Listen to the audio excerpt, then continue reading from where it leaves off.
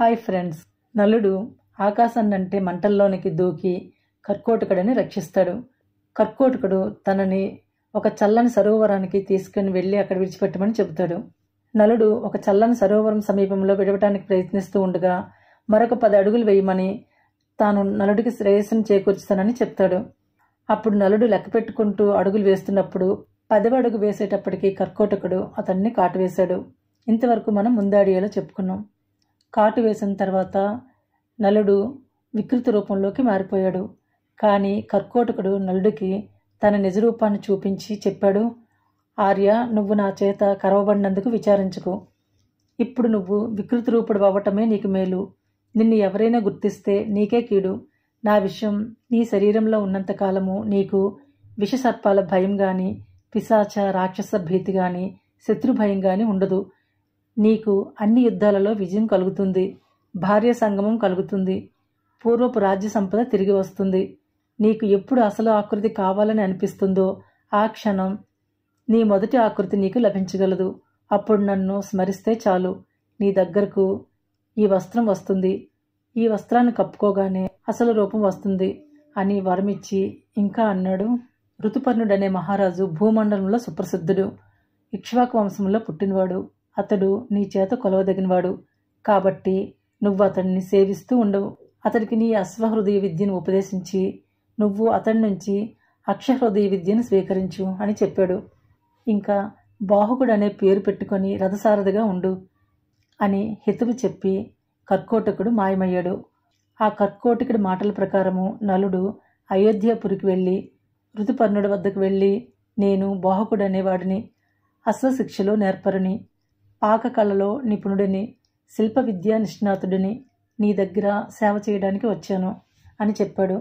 అతడితో ఋతుపర్ణుడు అన్నాడు, నువ్వు నా వద్ద ఉన్నట్లయితే నా రథాశ్వాల గమనాన్ని వేగం చేసి తీర్చిదిద్దు అని ఋతుపర్ణుడు చెప్పాడు. అలాగే చేస్తానని నలుడు అతడి కొలువులో చేరాడు. అలా నలుడు ఋతుపర్ణుడి దగ్గర గుర్రాలకు అధినేత అయ్యాడు. అతడు చిడుగుర్రాలను లొంగదీసేవాడు. రౌతులకు స్వారీ చేయటం నేర్పించేవాడు. అంతేకాక రుచికరాలైన ఆహార పదార్థాలు వండి వడ్డించేవాడు.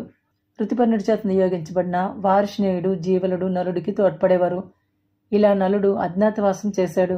ఒకరోజు, దమయంతి, నువ్వెక్కడికి వెళ్ళావో కదా, అడవులలో నువ్వు ఎవరి చేత పట్టుబట్టావో ఆహారం కొరకు వడిగా తిరుగుతున్న క్రూర జంతువుల పొట్టల్లో ఉన్నావా? నీ తల్లిదండ్రుల వద్ద దిటువుగా ఉన్నావా? లేక వేరే ప్రదేశాలలో ఉన్నావా అంటూ రాత్రులలో నిద్రలేక పల్లవిస్తూ నిట్టూర్పులు విడుస్తూ పరితపిస్తూ నలుడు ఉన్నాడు.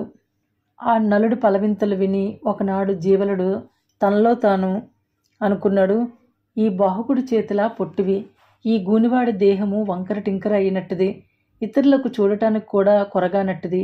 ఈ కురూపి ఒక జవరాలను ప్రేమించటమా, ప్రేమించి బాధపడటమా, ఎంత విడ్డూరము! వీడి చేత ప్రేమించబడిన వనిత వీడికంటే గొప్పది కాకుండా ఉంటుందా? ఇతడే ఇంత కురూపి అయితే ఇక ఆమె ఇంకెంతటి కురూపిని కావాలి అంటూ జీవలుడు అనుకున్నాడు.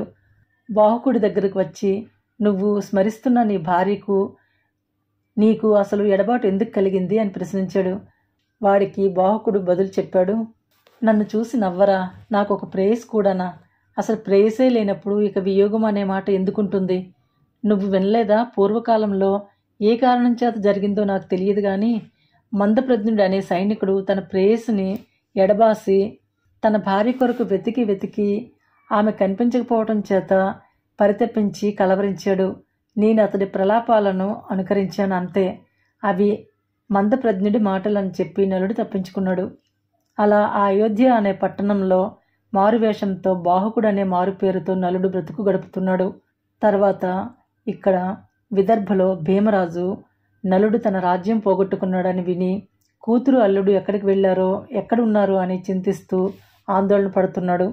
అంతులేని బలం కలవాడైన విదర్భరాజు భీముడు తనకు అనురక్తులు, మంచి నడవడి కలవారు, పెద్ద చదువులు చదువుకున్నవారు అయిన బ్రాహ్మణులను బహుమానాలతో సంతృప్తులను చేసి గొప్ప స్నేహంతో నలదమయంతులను వెతకటానికి నియోగించాడు. విదర్భరాజు బ్రాహ్మణులకు చెప్పాడు, నలదమయంతులు ఉన్న చోటు తెలుసుకుని వచ్చిన వారికి ఒక్కొక్కరికి 1000 గద్యాణాలు పారితోషికంగా ఇవ్వబడతాయి. నలదమయంతులను తమతో పాటు వెంటబెట్టుకుని వచ్చిన వారికి వేల కొలది గోవులు, అగ్రహారాలు, బహుమానాలుగా ఇవ్వబడతాయి అని చెప్పాడు. బ్రాహ్మణోత్తములు వేగంగా నానా దేశాలకు వెళ్ళి భూచక్రంలో ఉండే నగరాలు, పెద్ద పల్లెలు, పట్టణాలు అంతటా పూర్తిగా వెతికారు. అలా నానా దేశాలకు వెళ్ళిన బ్రాహ్మణుల్లోని సుదేవుడనే బ్రాహ్మణుడు చేదిరాజు సుబాహుడి రాజధానికి వెళ్ళాడు. పుణ్యాహం నిర్వర్తించే బ్రాహ్మణులతో కలిసి రాజమందిరంలోనికి వెళ్ళి అక్కడ అంతఃపురంలో సునందతో కలిసి ఉండే దమయంతిని చూశాడు. అప్పుడు దమయంతి పొగదొంతరులతో మిళితమైన అగ్నిదీప్తి వలె, నల్లని మబ్బుల చేత ఆవరించబడిన చంద్రవంక వలె, పెను బురదలో మునిగి ఉన్న తామరతూడి వలె అణిగి ఉండి గుర్తించడానికి వీలుకాక ఉంది. కానీ ఆమె కనుబొమ్మల మధ్య ఉండే పుట్టుమచ్చను బట్టి ఆమెను దమయంతిగా ఆ సుదేవుడు గుర్తించాడు. అతడు తనలో తాను అనుకున్నాడు, ఈ దమయంతి భర్త నుండి విడిపడి నీటిపారుదల ఎండిపోయిన ఏరువలే, పద్మాలు లేని తామర తీగ వలె, మామిడి చెట్టు లేని వనసీమ వలె శోభించకుండా ఉండి కూడా తన పాతివ్రత్య మహిమ చేత ప్రకాశిస్తూ ఉంది. ఆడవారికి పతిభక్తియే గొప్ప భూషణాలలో గొప్ప భూషణం. పాతివ్రత్యానికి సరిపోలు ఆభరణం ఆడవారికి వేరొకటి లేదు కదా. పతిభక్తియే వారి నుండి అపహరించడానికి వీలు లేనిది అని అనుకుని ఈ దమయంతి ఎప్పుడు తన భర్తను కలుసుకుంటుందో, శీలంలో, అందంలో, వంశగౌరవంలో ఈడు జోడు కుదిరిన నల్లదమయంతులు ఒకచోట కలిసి కాపురం చేయటం చూసి విదర్భరాజు భీముడు ఎప్పుడు ధన్యుడవుతాడో అని అనుకుంటూ మెల్లగా దగ్గరకు వచ్చి ఆ బ్రాహ్మణుడు దమయంతితో అన్నాడు, అమ్మ దమయంతి, నీ తల్లిదండ్రులు, నీ సంతానము, నీ బంధువులు అందరూ క్షేమంగా ఉన్నారు. నీ క్షేమం తెలిసేంత వరకు దుఃఖంతో పరితపిస్తున్నారు. ఇక మీద నీ కుశలవార్త విని సంతోషిస్తారు. నేను నీ సోదరుడికి మిత్రుడిని. నా పేరు సుదేవుడు. నేను బ్రాహ్మణుడిని. విదర్భ ప్రభువు నువ్వు ఉండే చోటు వెతకటానికే చాలామంది బ్రాహ్మణోత్తములను చాలా దేశాలకు పంపించాడు. నేను ఇక్కడికి వచ్చి నా సుకృత విశేషం వలన నిన్ను చూడగలిగాను అని చెప్పాడు. దమయంతి తల్లిదండ్రుల గురించి, తన పిల్లల గురించి, చుట్టాలను గురించి కుశల ప్రశ్నలు అడిగి ఆమె ఏడుస్తూ ఉండడం చేత సునంద ఆ విషయం తల్లికి చెప్పింది.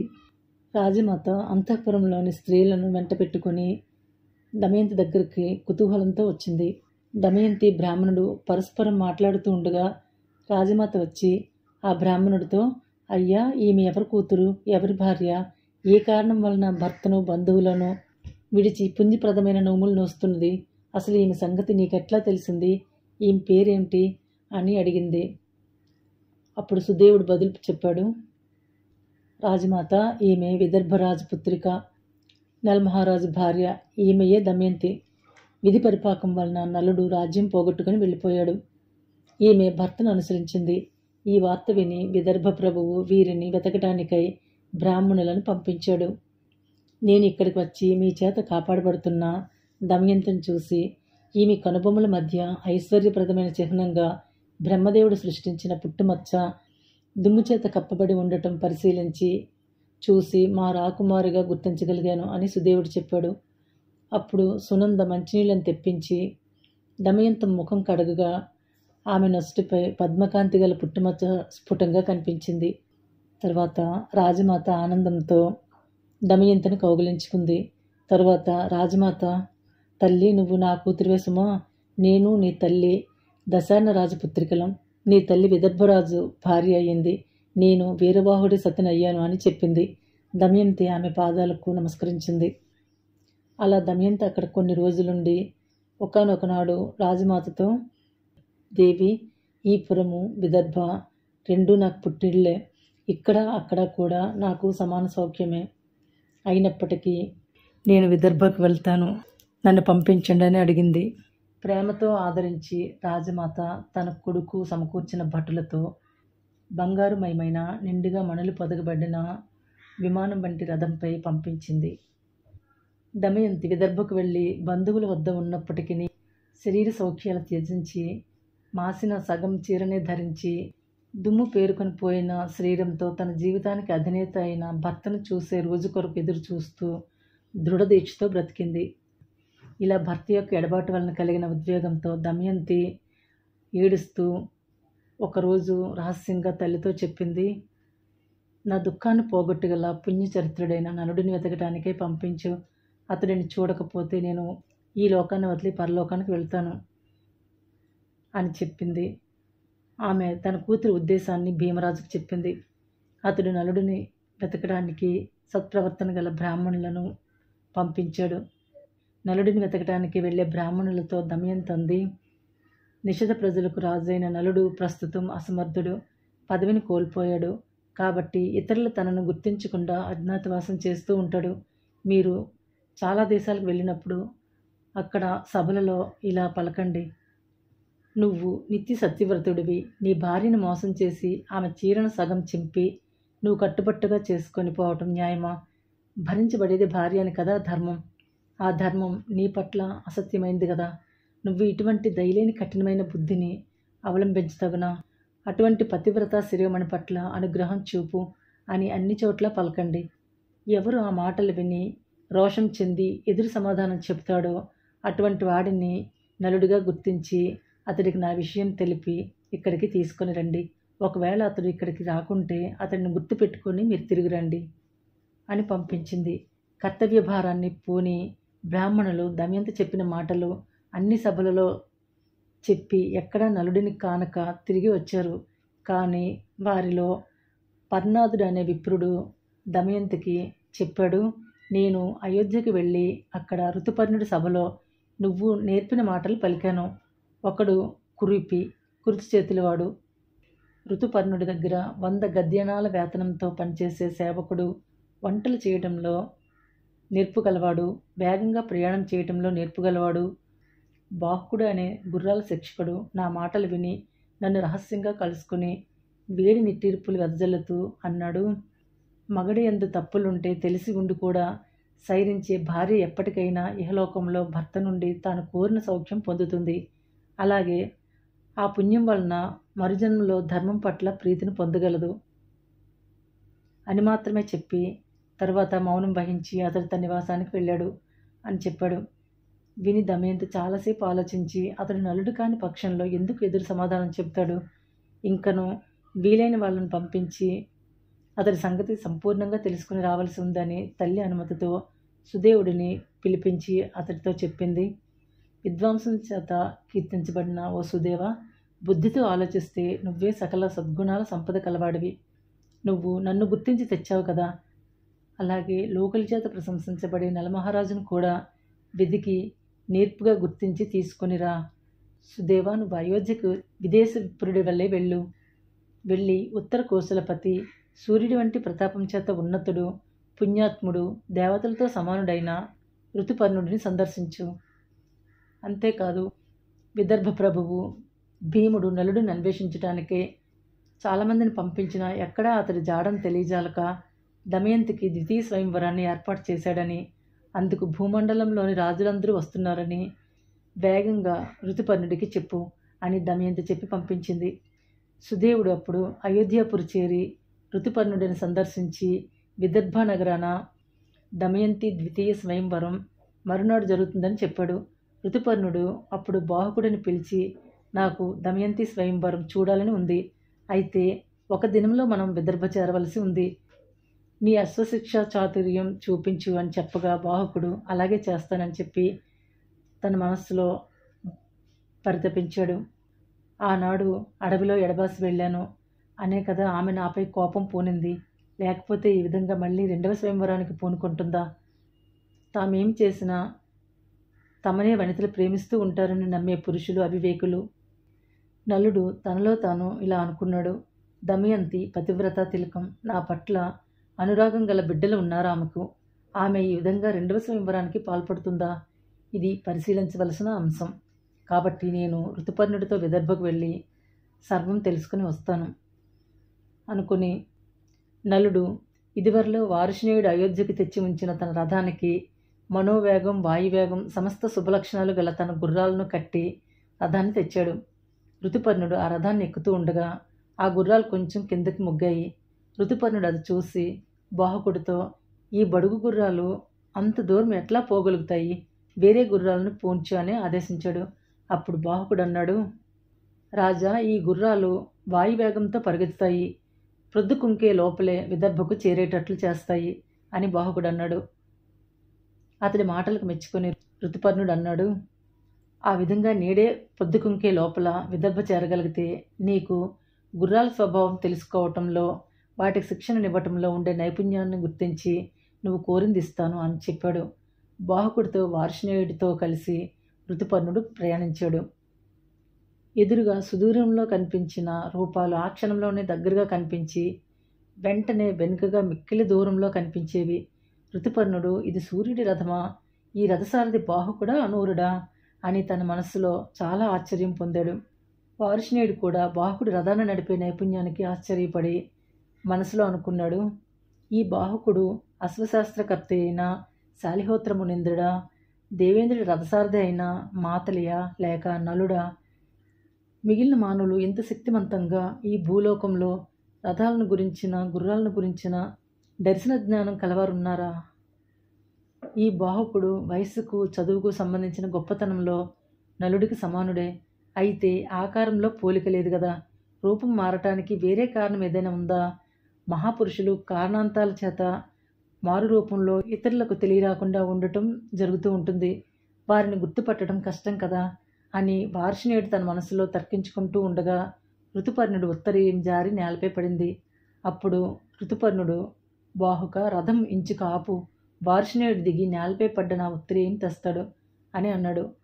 అప్పుడు బాహుకుడు, మహారాజా, నీ ఉత్తరీయం పడిన చోటు ఇక్కడికి ఇప్పుడు ఒక ఆమడ దూరంలో ఉంది. అంటే రథం కొన్ని నిమిషాలలో చాలా వేగంగా యోజన దూరం ప్రయాణించింది. ఇక వార్ష్ణేయుడు అంత దూరం పాదచారై వెళ్ళి ఎలా ఆ వస్త్రాన్ని తేగలడు అని బదులు చెప్పాడు. రథం పోతున్న వేగం యొక్క మహిమను నిరూపించి చెప్పాడు. అటువంటి వేగంతో రథం ప్రయాణించి చాలా దేశాలను దాటి వెళ్ళింది. ఒక చోట దారిలో ఒక పెద్ద విభీతక వృక్షం దట్టమైన ఆకులతో, లెక్కించడానికి అలవికాని రెమ్మలతో, కొమ్మలతో, పండ్లతో కనిపించింది. అప్పుడు ఋతుపర్ణుడు బాహుకుడితో అన్నాడు, అందరికీ అన్ని విషయాలు తెలియవు కదా. జ్ఞాన నైపుణ్యాల్లో అందరూ వేర్వేరు విషయాల్లో గొప్పవారు. నేను చూసినంత మాత్రంతోనే అన్ని వస్తు సమూహాలకు సంబంధించిన సంఖ్యను తప్పిపోకుండా లెక్కకట్టి చెప్పగలను. ఈ విభీతక వృక్షంలో ఉండే పండ్లు, ఆకులు మొత్తం లెక్క చెప్తాను వినండి. ఈ 2 కొమ్మలలోనూ గల ఆకులు, పండ్లు కలిసి 10,001. తక్కిన కొమ్మలలో కలవి 2,095. అప్పుడు బాహుకుడు వీటిని లెక్క పెడితే కానీ నిజమని నిశ్చయించనని పలికి తన రథాన్ని ఆపి ఆ క్షణమే ఆ వృక్షాన్ని కింద పడదోసి ఆయా కొమ్మలలో ఉండే ఆకులు, పండ్లు లెక్కపెట్టగా ఋతుపర్ణుడు చెప్పిన సంఖ్యలతో సరిపోయాయి. బాహుకుడు ఋతుపర్ణుడి ప్రజ్ఞకు ఆశ్చర్యపోయి ఆ విద్యను తనకు ఉపదేశించమని ప్రార్థించాడు. అప్పుడు అతడికి ఋతుపర్ణుడు చెప్పాడు, ఇది అక్షహృదయం అని ప్రసిద్ధికెక్కిన విద్య. దీన్ని శాస్త్రీయంగా అభ్యసించిన మనుజుడు సంఖ్యావేత్త అవుతాడు. అతడు పాపాల నుండి, దుర్గుణాల నుండి, విషం నుండి విముక్తి పొందుతాడు. ఈ విద్యను పొందిన వ్యక్తి సకల గుణ ప్రసిద్ధుడై విశ్వశ్రేయస్సును వనగూర్చేవాడు కాగలడు సుమా అని అంటూ ఋతుపర్ణ మహారాజు ప్రసన్నుడై నిండు హృదయంతో త్వరగా విదర్భకు వెళ్ళవలననే కుతూహలంతో, సంప్రీతితో బాహుడికి అక్షహృదయం అనే గణిత విద్యను శాస్త్రీయంగా ఉపదేశించాడు. ఇలా నలుడు ఋతుపర్ణుడి వలన అక్షహృదయ విద్య సంపాదించి సంతృప్తి చెందాడు. తరువాత బాహుకుడు ఋతుపర్ణుడితో, నీకు అశ్వహృదయాన్ని ఉపదేశిస్తాను, పరిగ్రహించమని చెప్పగా ఋతుపర్ణుడు, అలాగే పరిగ్రహిస్తాను. ఆ విద్య అంతవరకు నీ దగ్గరే ఉండనిమ్ము, నాకు అవసరమైనప్పుడు స్వీకరిస్తాను అని బదులు చెప్పాడు. తరువాత ఆ అక్షహృదయం అనే విద్యా మహిమ వలన అప్పుడు మునుపు నలుడిని ఆవహించిన కలిపురుషుడు కర్కోటకుడి విషాన్ని కక్కుతూ నలుడి శరీరం నుండి బయటికి వచ్చి అతడికి నమస్కరించి గజగజ వణికిపోతూ తనను తెలియచేసుకున్నాడు. ఆ కలిపురుషుడిని చూసి నలుడు కోపించాడు. అతడిని శపించటానికి సంసిద్ధుడయ్యాడు. ఆ సంగతి తెలుసుకొని కలి, నిన్ను ఆవహించటం చేత ఎప్పుడో కర్కోటక విషయం చేత తగలబడిపోయాను. ఇంకా వేరే దండన ఎందుకు? దయచేసి నాపై ఆగ్రహం విడువమని అన్నాడు. నిన్ను, నీ భార్య అయిన దమయంతిని ధ్యానించిన వారు నా వలన భీతిని పొందరు. దయచేసి నన్ను క్షమించి నా మీద కోపం విడువు అని కలిపురుషుడు ప్రార్థించగా నలుడు ఆగ్రహం విడిచాడు. కలి తర్వాత విభీతక వృక్షాన్ని ఆవహించాడు. ఆనాటి నుండి విభీతక వృక్షం మంచిది కాదనే భావం విస్తరించింది. అలా నలుడు వికృతమైన ఆకృతి తప్ప తదితర పాపాల నుండి విముక్తుడై రథాన్నెక్కి చాలా వేగంతో ఋతుపర్ణ వార్ష్ణేయులతో కలిసి విదర్భకు వెళ్ళాడు. అప్పుడు పొద్దుపోయే వేళ ఋతుపర్ణుడు భీమరాజు అనుమతితో వైభవోపేతంగా విదర్భపురిలో ప్రవేశించాడు. దమయంతి ఆ రథఘోష వినగానే అది నలుడి రథమని గుర్తుపట్టింది. పరాక్రమోపేతుడైన నలుడిని నేను చూడగలుగుతానని సంతోషించింది. అతడిని చూడన్నాడు ప్రాణాలను విడిచిపెడతానని తలపోసి రథం రాకకే నిరీక్షించింది. ఆ రథంపై ఆసీనుడే కనిపించింది ఋతుపర్ణుడు. అతడిని చూసి దమయంతి శోకవేదనలో ములిగింది. ఋతుపర్ణుడు ప్రీతితో భీమరాజును సందర్శించడానికి వచ్చాడు. ఆ ఋతుపర్ణుడికి అతిథి సత్కారాలు చేసి భీమరాజు రమణీయమైన ఒక పెద్ద మేడలో అతడికి విడిది ఏర్పాటు చేశాడు. కానీ ఆ పురంలో స్వయంవరం అనే శబ్దం కానీ స్వయంవరానికి సంబంధించిన సందడి కానీ వినరాక ఋతుపర్ణుడు తనలో తాను అనుకున్నాడు, భూమండలంలోని రాజులు ఎవరూ ఇక్కడికి రాలేదు. విదర్భ రాజపుత్రిక అయిన దమయంతి ఇంకొక మగని వరించేటంత అధర్మ ప్రవర్తన కలదా అని తలపోస్తూ ఋతుపర్ణుడు సిగ్గుతో ఉండిపోయాడు. బాహుకుడు రథశాలలో తన గుర్రాలను కట్టి తాను రథ సమీపంలో సేద తీర్చుకుంటూ ఉన్నాడు. తర్వాత దమయంతి బాహుకుడితో వార్ష్ణేయుడితో వచ్చిన ఋతుపర్ణుడిని చూసి ఆశాభంగం పొంది ఊరక ఉండక కేశిని అనే దాసిని పిలిచి, ఋతుపర్ణుడు అయోధ్యకు రాజు, వార్ష్ణేయుడిని సోతపుత్రుడిగా నేను గుర్తుపట్టాను. మరి బాహుకుడు ఎవరై ఉండొచ్చు? అతడి పట్ల నా హృదయం సంతోషం పొందుతుంది. మనము అయోధ్యకి పంపిన పర్ణాదుడికి ప్రత్యుత్తరం ఇచ్చినవాడు అతడే అయి ఉండవచ్చు అని దగ్గరకు వెళ్ళి అతడి సంగతి సమాచారాలు తెలుసుకుని రా అని నియోగించింది. కేసిని బాహుకుడి దగ్గరకు వచ్చి, అయ్యా, దమయంతిని యోగక్షేమాలను అడిగి రమ్మని నన్ను పంపించింది. ఇక్కడికి మీరు ఎందుకు వచ్చారు అని అడిగింది. ఆమెకు బాహుకుడు బదులు చెప్పాడు, దమయంతికి తిరిగి స్వయంవరం సంకల్పించారు కదా, అందుకు అందరు క్షత్రియ వీరులను ఆహ్వానించి రప్పించారు కదా, అందువలన రాజనీతి నిధి అయిన మహారాజు ఋతుపర్ణుడు వేడుకతో ఒక్క దినంలోనే ఋతుపర్ణ మహారాజు అయోధ్య నుండి నేరుగా ఇక్కడికి 100 ఆమడల మేర ఒక దినంలో వచ్చి చేరిన సంగతి నువ్వు వినలేదా? అతడి రథసారథిని నేను కూడా అతడితో పాటు మనోవేగంతో వచ్చాను అని చెప్పగా విని కేసిని 3వ వ్యక్తి ఎవరు అని అడిగింది. ఆ కేసినికి బాహుకుడు సమాధానం చెప్పాడు, అతడు ఒకానొకనాడు నలుడి రథసారథి, అతడి పేరు వార్ష్ణేయుడు, గౌరవించదగిన వ్యక్తిత్వం కలవాడు అని బాహుకుడు చెప్పాడు.